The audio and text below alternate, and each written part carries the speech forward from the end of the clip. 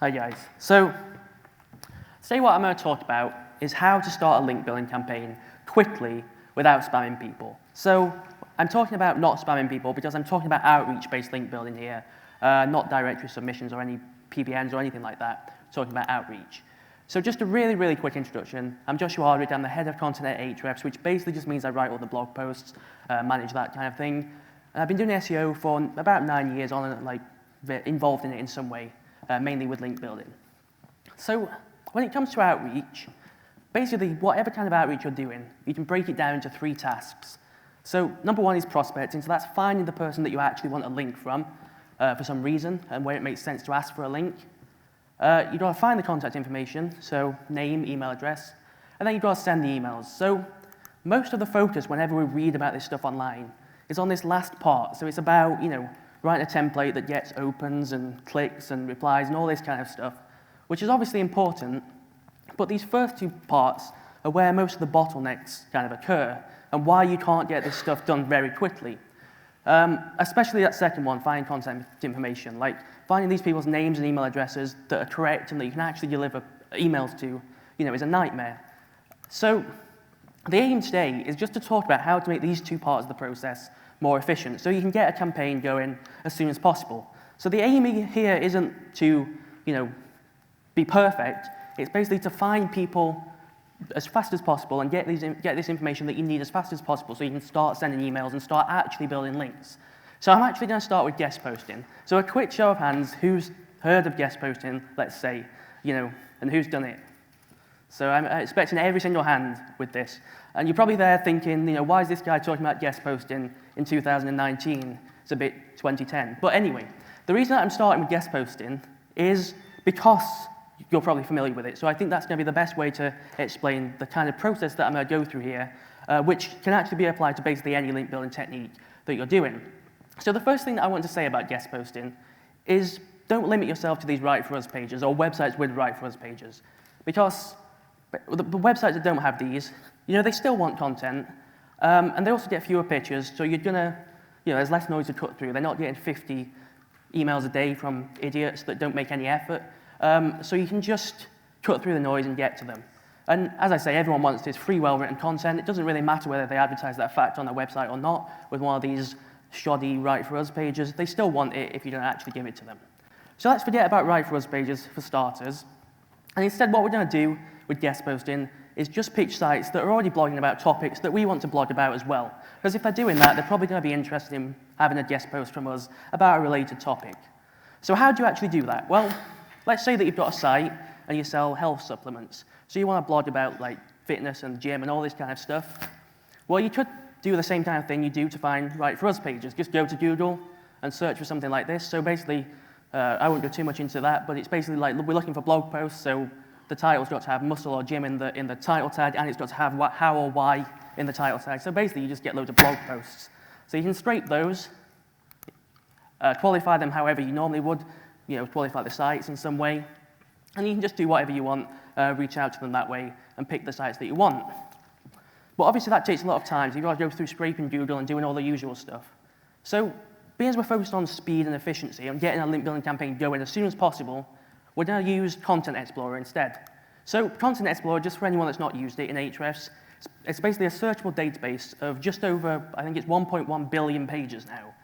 And you can basically do the same kind of searches in there as you can in Google.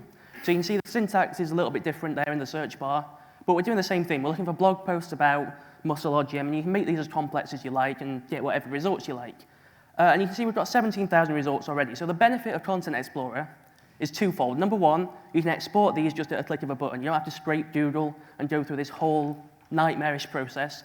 And you can also use the filters. So you can just get what you want straight away, no filtering in spreadsheets and doing loads of time-consuming nonsense. So the filters that we're going to use, just to keep it simple, English, we want English pages, we're going to do our outreach in English. We're not going to spend time writing outreach emails in French and German and every other language.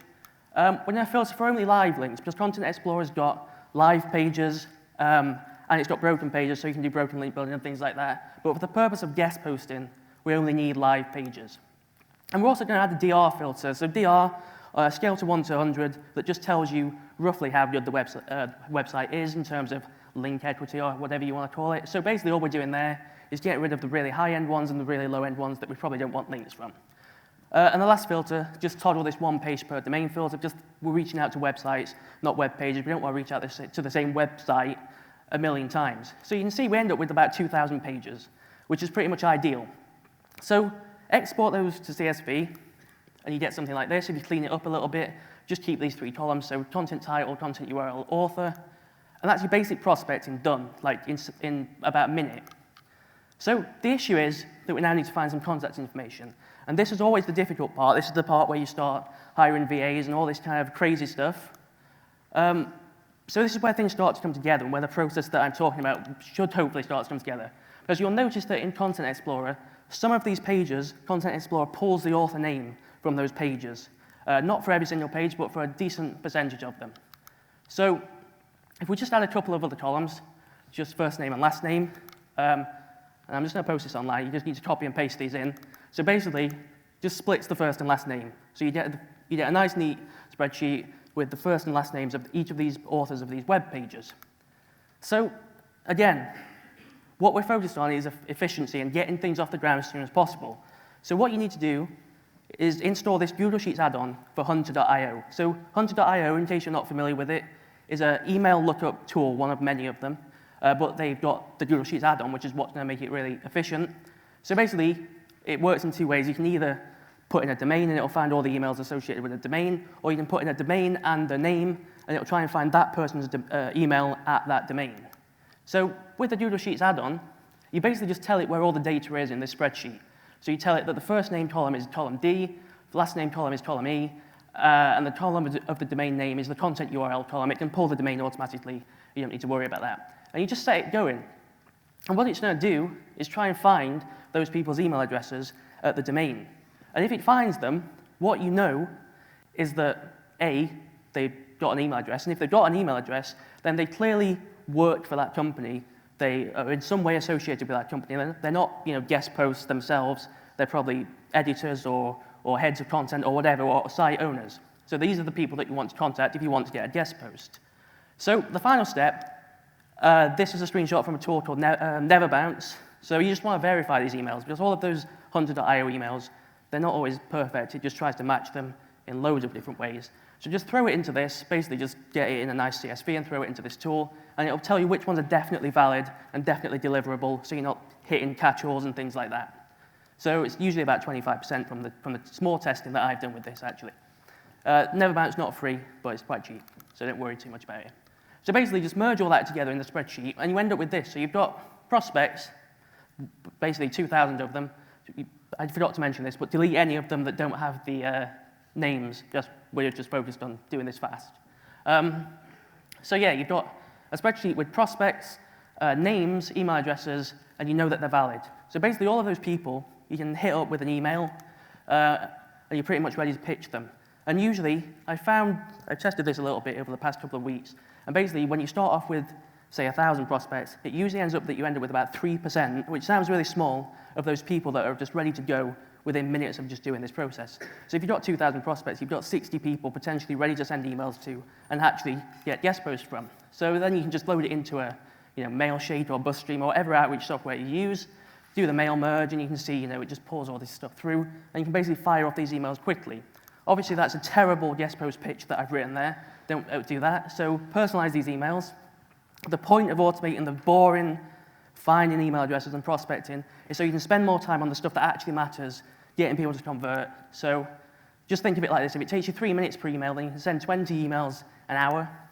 If your conversion rate to guest posts is 25%, you can get 5 links an hour easily. So an 8-hour day, 40 links potentially. Obviously, you've got to write the guest posts, do all that kind of stuff, bit time consuming. Which leads me on to the next part, which is this all works nicely, but what about other link building tactics? Can we apply these principles, the way of doing this and getting things off the ground, to other tactics? Well, let's talk about Skyscraper. I'm not going to go through this, and I'm sure you've all heard of the Skyscraper technique. So just in case you haven't, basically what you usually do is find a piece of content on a competing website that has a lot of links, then you make something better than that content, then you reach out to everyone that links to that now inferior content and basically say, I've made this, it's better, why don't you link to this instead? So the biggest bottleneck with this process is that you've got to spend a lot of time and money and effort creating a brand new piece of content before you can even do anything. You can't send any emails to people, and you're not building links without weeks, potentially, of creating a new piece of content. So the solution, just leverage the existing content. Surely everyone's got content that's decent on their website, that is worthy of links, so leverage that. So a bit of a trick to doing this, and I'm just using the Ahrefs blog here just for an example. So if you go into Ahrefs and you just paste in your domain, and then you go to the organic keywords report, so that's going to show you all of the keywords that you rank for in the top 100. What we need to do, a bit of a weird thing to do, which is the opposite of what you'd usually do, is filter for high difficulty keywords that you rank for. So there I'm filtering for keyword difficulty 60 plus keywords. And the reason for this will become apparent in a minute, but basically, you then need to look through this list and just find keywords that match up nicely with these URLs. So top one there, you can see we're ranking for Google search operators, and then the blog post there is Google Advanced Search Operators. So it's a nice match. It's clear that that keyword represents that piece of content nicely, and it's the same for the other one, the free SEO tools one. So once you've done that, just click through on the keyword, which takes you to Keywords Explorer, shows you all the information about that keyword. The first thing that you'll notice is the keyword difficulty, 62. That's because we filtered specifically for high difficulty keywords. And you'll notice just below the keyword difficulty score is that we provide an estimate. So this tells you roughly, it's an estimate obviously, how many backlinks you might need to rank in the top 10 in Google. And obviously you can see there, it's saying 141 backlinks from 141 websites just to rank in the top 10. And that's because this is a high keyword difficulty keyword. But what that means is if you scroll down, this is the SERP overview. So it basically shows you all of the current top 10 ranking pages. And you'll see that they've all got lots of domains linking to them. And that's because it's a high difficulty keyword. So the keyword difficulty score is based on a weighted average of the domains linking to the top ranking pages. So basically, use these as your skyscraper prospects. So the people that are linking to these, look for pages in the top 10 that aren't as good as yours. So look at them, find that they're similar in nature to yours. Look for blog posts if yours is a blog post. If it is, and it's not as good as yours, go and click through to the backlinks and have a look at who's linking to it. So again, in the interest of getting things moving as fast as possible, just filter this report, one link per domain. Look for content links, because these tend to be blog post links that you're actually going to want to get, and where someone can switch out that link, and it makes sense for them to do so. English pages again, because we're doing the outreach in English. And just export this. And just do the same thing for all of the pages in the top 10 or top 100 or wherever that you see in the SERP overview that have backlinks and aren't as good as your page. And just throw them into one sheet. So you'll end up with a big sheet that looks something like this if you clean it up and just keep these two columns, which is all you need, really. A big sheet of web pages linking to crappier content than yours about the same topic as yours. So then, you can see there's no author names.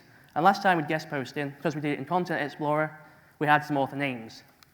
The solution to this problem when you're doing it with different link building tactics like the Skyscraper Technique or whatever is to use URL Profiler. So basically this is just an application. If you just throw all those referring pages into the URL Profiler and click this readability button, it basically just goes and does the same thing and tries to extract some data from those web pages, one piece of which is the author name.